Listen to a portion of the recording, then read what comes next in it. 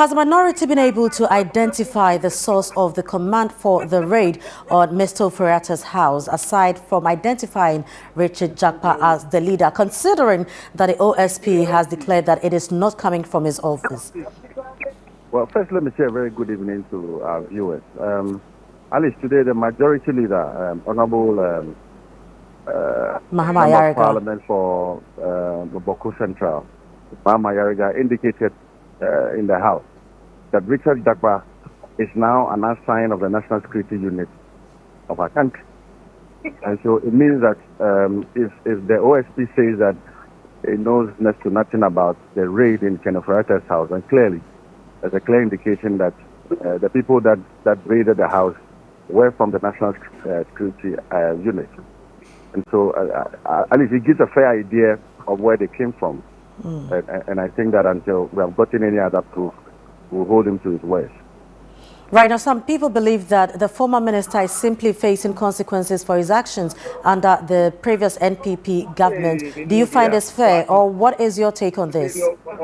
For me, I'm not here to defend anybody that the case feels as engaged in any wrongdoing. I mean, we are public officers, and we are expected to govern with a certain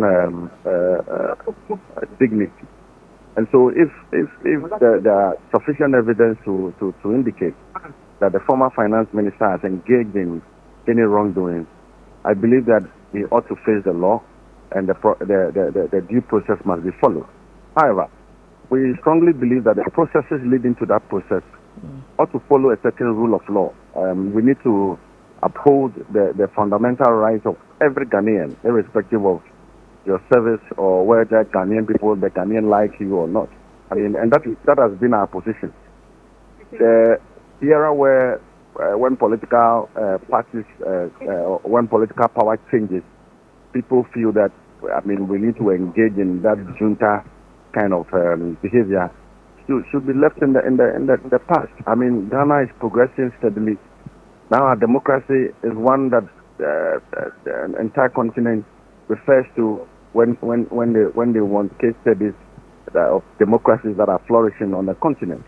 And so we need to begin to appreciate that fact and do things rightly. I mean, for me, I mean, why would you want to raid someone's house when you do not even have a warrant? Whether you are national security or you are operating from the seat of the president, wherever that you are operating from, you cannot raid someone's house without a court warrant. And I think that we need to get to that stage where people must be held accountable for their actions and inactions.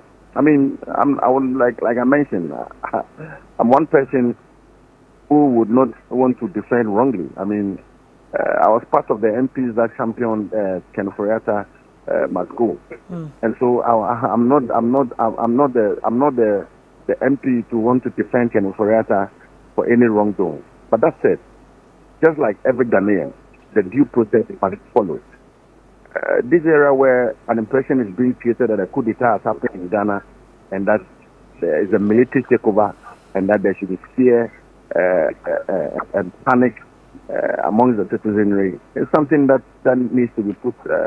It is un-Ghanaian. I mean, these are things that happened some 20, 30 years ago in our books, and we've moved beyond that. And I think all parties, both MPP, NDC, must grow beyond that approach. Today, colleagues on the underside, the likes of John Jinapo and my senior Kwame Abuja, clearly said that they faced similar issues in 2017.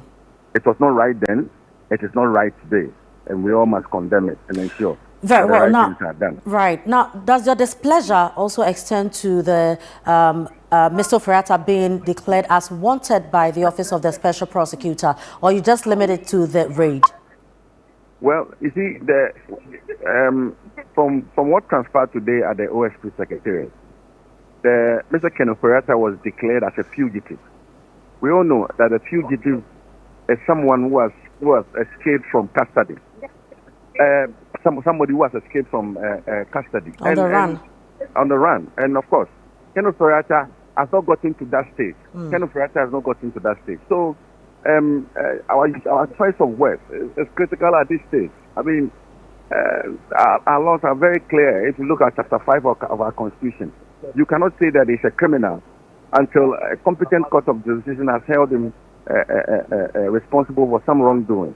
And so we all must be careful how we operate in this space. I mean, there's a lot of tension in the system, and I think that the president, in the spirit of his research agenda, ought to research how these things are done. It needs to end at a point. We should not say that the MPP did that in 2017, so the NDC should be doing that in 2025, and the next time in 2028, MPP would want to repeat it, and the next time NDC comes, they would want to repeat it. It's a bad practice, and we all must condemn it.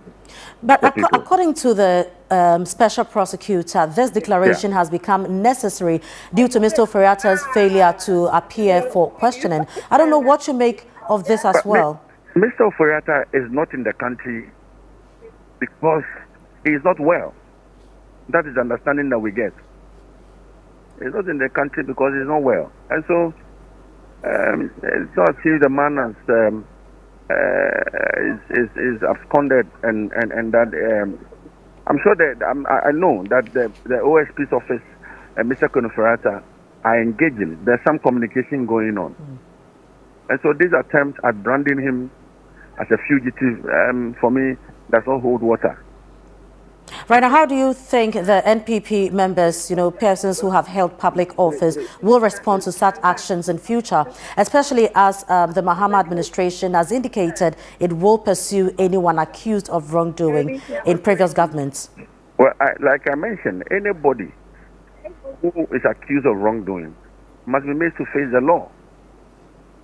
I mean, nobody should go scot-free. Anybody who the state feels that has abused his office and that has answers to answer questions to answer ought to be made to face the law.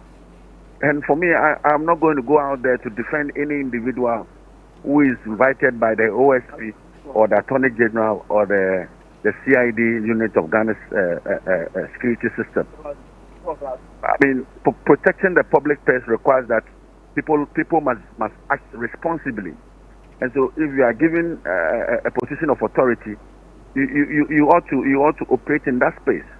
You ought to be responsible and know that whatever you do, any action that you take, the state would hold you accountable. And so, for me as an MP, I'm not going to defend anybody. All I pray for is that the rule of law and the due process must be followed. Well, thank you very much, Honourable Member of Parliament for Mparesu Davis Ansah Opoku.